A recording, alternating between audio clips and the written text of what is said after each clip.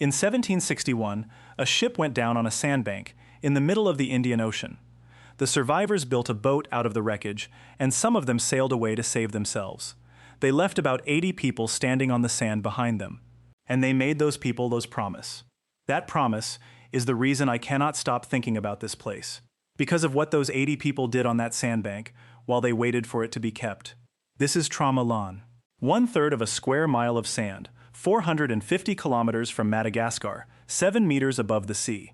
There is not a single tree on it, and it holds one of the greatest stories of human ingenuity I have ever come across, told entirely by people who were never allowed to write a word of it down.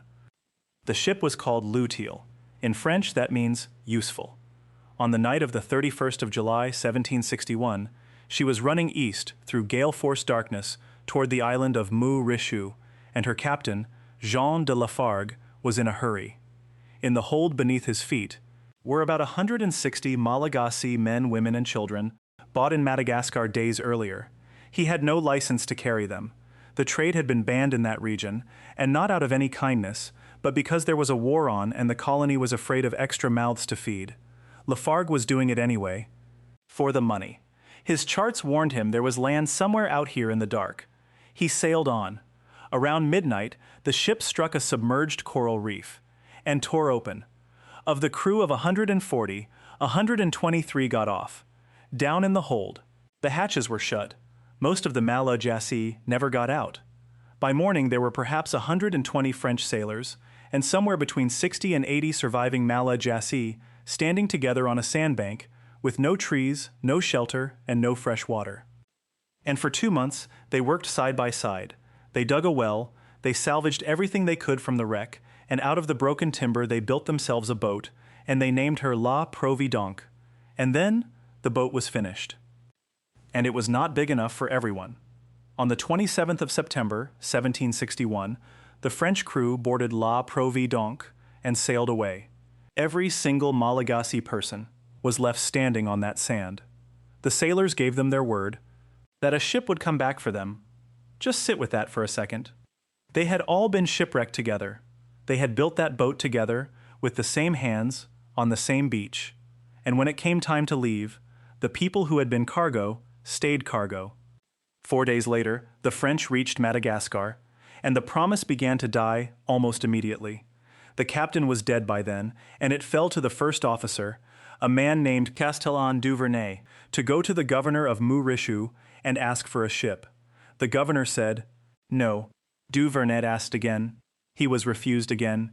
He went over the governor's head, all the way to Paris, and for a moment there was a flicker of scandal, and then the French East India Company went bankrupt, and there was a war to fight, and everybody in the world with the power to do anything simply forgot. Everybody except Duvernay. He would keep asking for 14 years. And on the island, the people he had left behind understood, sooner or later, that nobody was coming. Some of them refused to accept it. Within months of being abandoned, a group of 18 took their chances on a raft they had put together themselves and pushed out into the open ocean, aiming for Madagascar, 450 kilometers away over the horizon. Nobody ever heard from them again. Whether they drowned, or made land, or are simply lost from the record, we do not know. The ones who stayed built a world instead. Here is what I keep thinking about. These were inland people.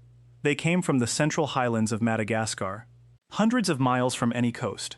They did not know how to fish a reef. They did not know these birds or these turtles or these tides. Everything they needed to survive on that sandbank, they had to work out from nothing, with no help and no hope of rescue. And what they worked out is astonishing. They quarried blocks of coral and slabs of beach rock out of the island itself, and they built houses, not shelters, houses, with walls 1.5 meters thick, 5 feet of solid stone, because the Indian Ocean sends cyclones through there, and they intended to still be standing afterwards. They laid those buildings out like a village. They built a communal oven. They built a kitchen. And on the highest point of that island, they built a lookout, because they were still watching the horizon for the ship that had been promised to them. They cut copper sheeting off the wreck and hammered it into cooking pots, and when those pots wore through, they mended them. Some of them were mended as many as 8 separate times. Think about what that actually takes. They cut patches from other copper objects, drilled holes through both the patch and the pot, rolled tiny pieces of copper into rivets, and hammered them flat to seal it. Not one of those people had ever been trained as a metalworker. They taught themselves on a sandbank with nothing. They made spoons. 15 of them were found, each one cut from copper, with 2 small wings at the base, designed to fold around a twig so you could hold it. In one of the buildings, the archaeologists found 6 copper vessels stacked neatly together, with a conch shell placed on top of the pile. There were no trees and no cloth, so they took the seabirds that nested there in their thousands, and they plucked them, and they wove the feathers into loincloths and blankets. We know this for certain, because when the excavators sorted 18,000 animal bones out of that kitchen floor, they found the wingtip bones were missing, the wings had been kept, the feathers were clothing. They speared giant fish off the reef. They ate turtle and tern and eggs. And they kept a fire alight on an island with no trees for 15 years. They fed it with driftwood, and with wreckage they sheltered it inside those thick stone walls, and they struck it back into life with flint they had salvaged off a dead ship. 15 years, and it never went out. The archaeologist who finally uncovered all this called the site a small Pompeii of the Indian Ocean. And here is the thing that gets me. Copper buttons. Jewelry, they made those too. Out there, with nobody watching, with no reason to impress anyone in the world, these people made themselves ornaments, and they fastened their feather clothing with buttons. That is not survival. That is dignity. That is a group of human beings deciding, every single day for 15 years, that they were still people. Before we dive in, hit subscribe and drop a comment letting us know where you're watching from. Because the story is not over. Ships did eventually come. In 1775, 14 years in, a vessel called La Sauterelle finally reached the island. The surf was too fierce to land. She sent a small boat toward the beach, and the reef smashed it. One of the 2 men aboard swam back out to the ship. The other one swam to the island. The ship could not reach him, so they left, and now there was a Frenchman stranded there too. 2 more ships came, and neither of them could get ashore either. And a few months before the end, that stranded sailor built a raft, and he rigged it with a sail woven out of feathers. 3 Malagasy men and 3 Malagasy women went with him. They pushed off from the sand and out over the reef. And they were never heard from again. Then, on the 29th of November, 1776, a corvette called La Dauphine found a way in. 15 years and 4 months after the wreck, a French officer walked up that beach.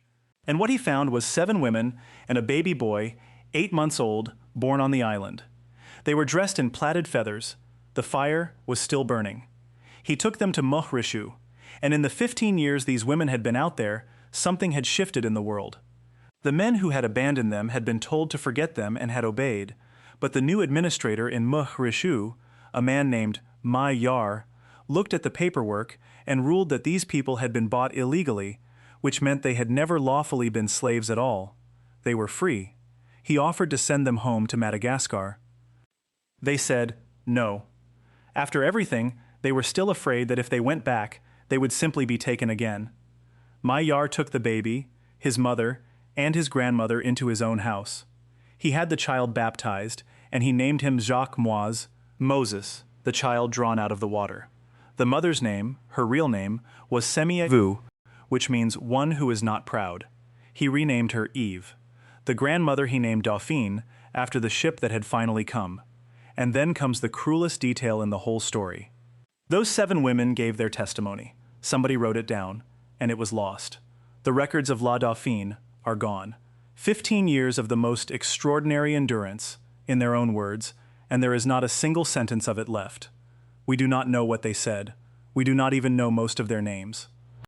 So for 230 years that was that, a rumor of an island. And then, in 2006, a former French naval officer turned archaeologist named Max Guéroux took a team out to that sandbank and they started digging. Sand had blown across the site and sealed it, 30 centimeters deep, and preserved everything underneath exactly where it had been set down. The walls, the oven, the stacked pots with the shell on top, the spoons with their folding wings, the mended copper. The 18,000 bones, 4 expeditions, over 7 years, and piece by piece, they gave those people back their history. The women never got to tell us what happened out there, so the things they built, told us instead. One more thing. In 1781, 5 years after the rescue, a French philosopher named Condorcet wrote a book arguing that slavery had to be abolished. And to prove what the trade did to human beings, he told the story of the people who were left on that sandbank. Their suffering became one of the arguments that helped end the thing. That put them there. Sometimes the smallest places hold the biggest stories. There is a rusting anchor still lying in the shallows off Tromelin and a scatter of coral walls in the sand. That is what is left of the ship called Useful, and the people it threw away. They were promised a ship. It never came. So they built houses that could stand up to a cyclone and mended their pots 8 times over and made buttons for their feather clothes and kept a fire burning for 15 years for a rescue that they had every reason to know would never arrive. Nobody remembered their names. But somebody, every single night, for 15 years, got up and fed that fire. If you've ever heard of Tromelin, let me know in the comments, and let me know where I should go next. See you in the next one.